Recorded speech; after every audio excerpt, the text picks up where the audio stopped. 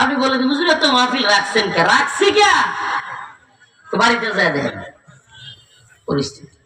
এই জন্যই তো শিক্ষা হয়ে গেছে গাইবার রাইখা। তাও রাখছিলাম তো মনে করেন না যে আমরা বুঝি না পরিস্থিতি, না বুঝে রাইখা ফেলছে।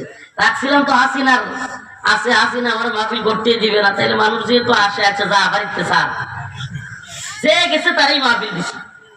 কারণ কি আমার তো সপ্তাহে 2 দিন মাহফিল হইতো, কয়দিন? 5 দিনই বন্ধ, 5 দিনই পুলিশ করতে দিত না, তাইলে রেস্ট তো পাবোই। আর হাসিনাও নয়, আমি বলছি আরেক বিপদে।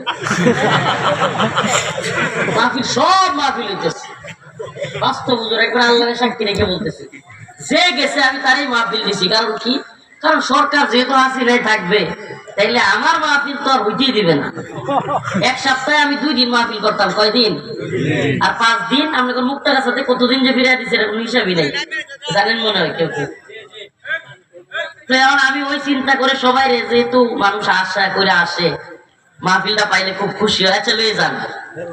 এখন তো পরিস্থিতি সিরিয়াস।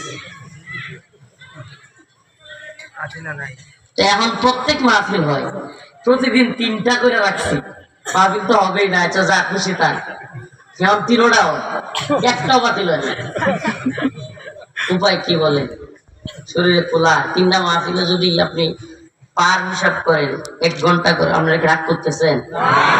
কষ্টে কয়েকটা কথা বলতেছে, এগুলো তো সব জায়গায় বলি না।